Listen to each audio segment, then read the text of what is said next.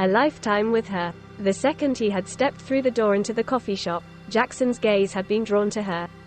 Now he sits one table away from her, and still his gaze is pulled towards her as if magnetized. She is beautiful, but then a lot of girls were beautiful. There is something different, something special, about this girl. She sits alone in front of a laptop, a mug beside her filled with a steaming beverage. Jackson ponders whether she prefers tea or coffee, or something more adventurous like apple cider. She types something on her laptop, and he can see her nails are painted a bright red that perfectly matches the shade of red she wears on her lips. Jackson also notes she wears a necklace showing the letter S, and he speculates her name must start with an S. Is she a Samantha, a Sarah, a Stephanie? She smiles at something on the screen, her mouth stretching wide into a grin that spreads up to her eyes, making them sparkle with delight. He yearns to have those eyes staring into his, to know that that smile is for him. He watches as she stops typing to brush her bangs out of her eyes. Her hair is the color of milk chocolate, a shade or two darker than his own. It falls in loose waves around her shoulders. He imagines it must smell like strawberries, his favorite fruit.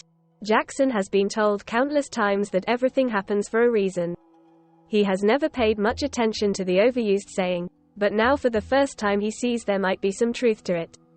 Kelly, his only serious relationship of his 26 years, had cheated on him. In an attempt to move on, he had asked Angela out, only to be given the age-old excuse, "I'm just not looking for a relationship right now." But now, all the rejection and heartache has led him here, has led him to her. Now she picks a cell phone up off the table next to her and holds it up to her ear, and Jackson sees her talking into it. He is sitting far enough away that the chatter and noise of the coffee shop make it impossible for him to hear her voice.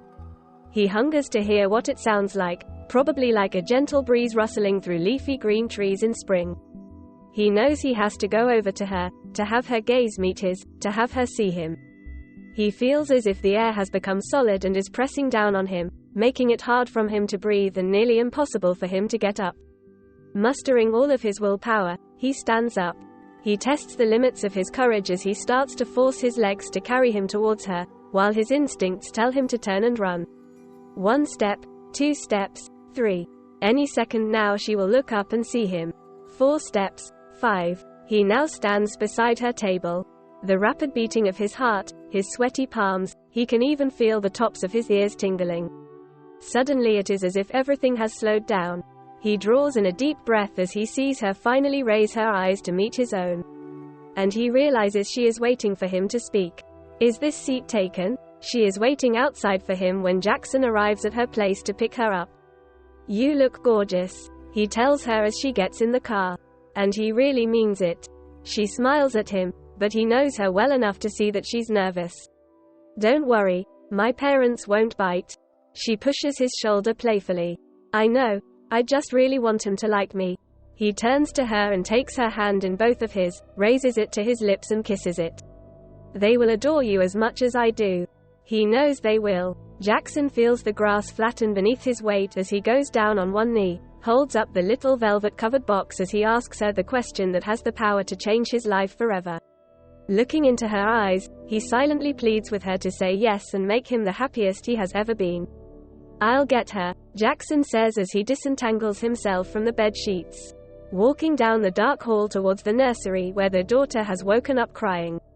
He picks her up out of her crib and begins rocking her back and forth. She has his eyes but her mother's perfect smile. He sits with her in the rocking chair and tells her the story of the night her parents met in a coffee shop. He drains the last of his coffee and grabs his briefcase. He is, as usual, running late for work. Remember Kendra's dance recital is tonight at 7 o'clock. His wife reminds him as she hastily packs the kids' lunches. I forgot my backpack upstairs, calls Nicholas as he races past his parents.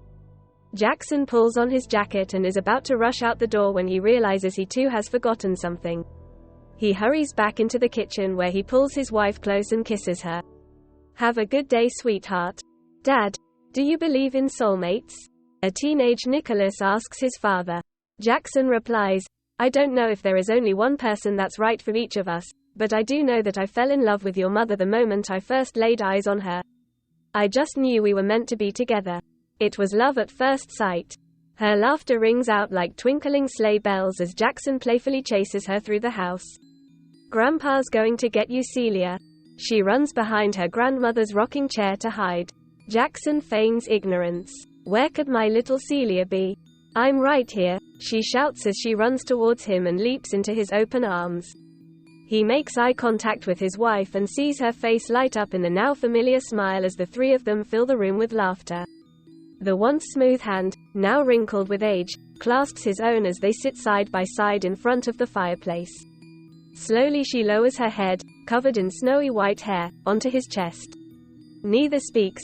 It is enough to be together in peaceful silence. This is their happily ever after.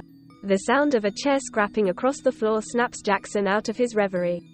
It's her chair. He remains sitting at his own table as he watches her head towards the door of the coffee shop, her hand reaching for the handle. He opens his mouth as if to call after her, but then remembers he doesn't know her name, and he sits frozen as he watches her open the door and exit the coffee shop, watches as the future he has envisioned so clearly is lost to him forever.